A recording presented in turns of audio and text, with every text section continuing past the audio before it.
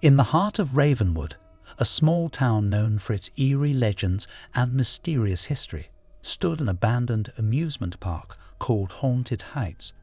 Once a bustling attraction, filled with laughter and excitement, it now lay dormant, shrouded in darkness and forgotten memories. Legends spoke of ghostly apparitions roaming the deserted park at night, and whispers echoed tales of a tragic incident that led to its closure. Among the curious and adventurous were a group of friends, Anna, David, Sarah, and Mike, who decided to spend a night exploring the haunted amusement park, unaware of the horrors that awaited them. It was Halloween, the perfect night for a thrilling adventure. As the sun dipped below the horizon, casting long shadows over Ravenwood, the group gathered outside Haunted Heights. The dilapidated entrance loomed before them, the rusty gates creaking eerily as the wind blew through the empty park. Anna, the brave and adventurous leader of the group, led the way. Her wide-eyed curiosity often got the better of her, and this night was no exception. David, the skeptic, followed closely, not entirely convinced by the stories, but excited by the prospect of a ghost hunt. Sarah, the empathetic and cautious one, clung to Mike, the joker of the group, who used humor to mask his unease. As they stepped through the gate, the chilling wind seemed to welcome them. The amusement park, once filled with the laughter of children, was now an unsettling realm of silence and shadows.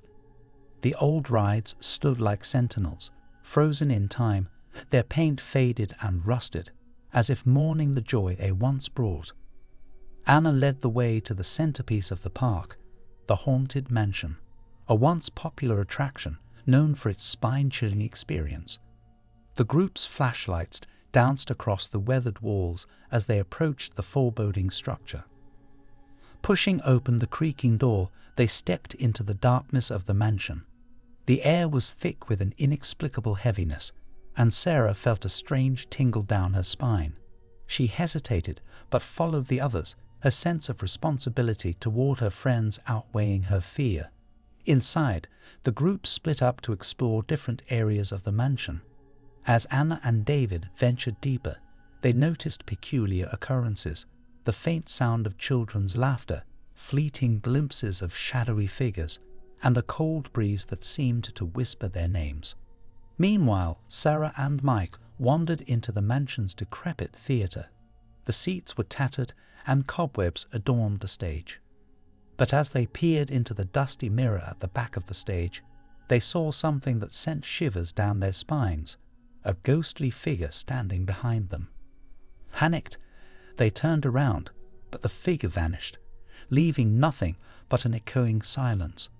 Sarah's heart pounded, and Mike tried to play off his fear with a nervous laugh.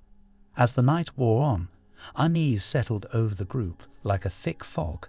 Anna, determined to prove the legends wrong, suggested they split up again, believing they might capture evidence of the supernatural.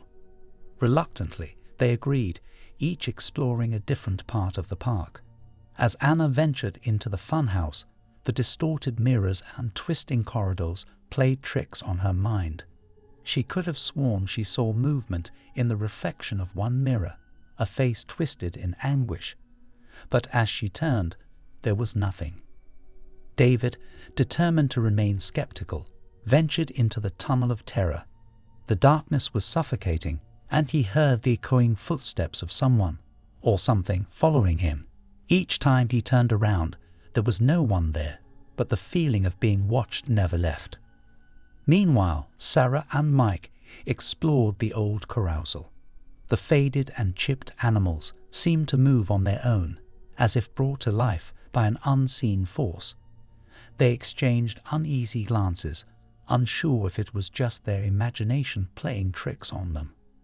As the clock struck midnight, the group regrouped, each sharing their unsettling experiences. Despite their bravado, fear had taken root in their hearts, and they knew they couldn't stay in the haunted amusement park any longer.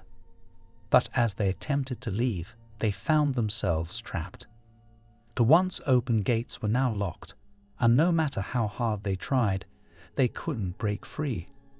Panic set in as the group realized they were at the mercy of the haunted amusement park. The ghostly figures they had dismissed earlier now materialized around them, shadowy apparitions that seemed to be guiding them deeper into the heart of Haunted Heights. In a desperate bid for escape, they sought refuge in the haunted mansion. As they huddled together, the walls seemed to close in on them, and chilling whispers filled the air. The malevolent spirits of the past seemed intent on claiming them as their own. It was then that Sarah noticed something glimmering on a nearby table, the worn pages of an old journal. She quickly grabbed it, hoping it held some clue to their salvation.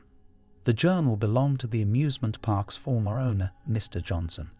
Through its faded pages, Sarah learned of a tragic accident that had occurred years ago, a catastrophic malfunction on a ride that resulted in the deaths of several children. The spirits of those children now haunted Haunted Heights, seeking revenge for their untimely demise. The journal contained a ritual, a plea for forgiveness that could appease the restless spirits and break the curse. Armed with this newfound knowledge, the group gathered in the center of the haunted mansion, determined to perform the ritual. Sarah recited the incantation, her voice trembling with fear and hope. As she spoke the final words, the air seemed to still, and the ghostly figures surrounding them began to dissipate. A soft glow enveloped the group, and a sense of peace washed over them. Moments later, the gates of Haunted Heights swung open, granting them their freedom. The curse had been broken, and the malevolent spirits had been released from their torment. Exhausted and emotionally drained, the group made their way out of the amusement park, their hearts heavy with the weight of the night's events. The sun began to rise as they emerged into the light of a new day, a day that promised to be filled with a newfound appreciation for the living and a lasting respect for the dead. Haunted Heights remained abandoned, but the legend of the cursed amusement park took on a new meaning, one of forgiveness and redemption. The group's harrowing experience served as a reminder that the past should not be forgotten, and that some souls may never rest until they find the peace they seek.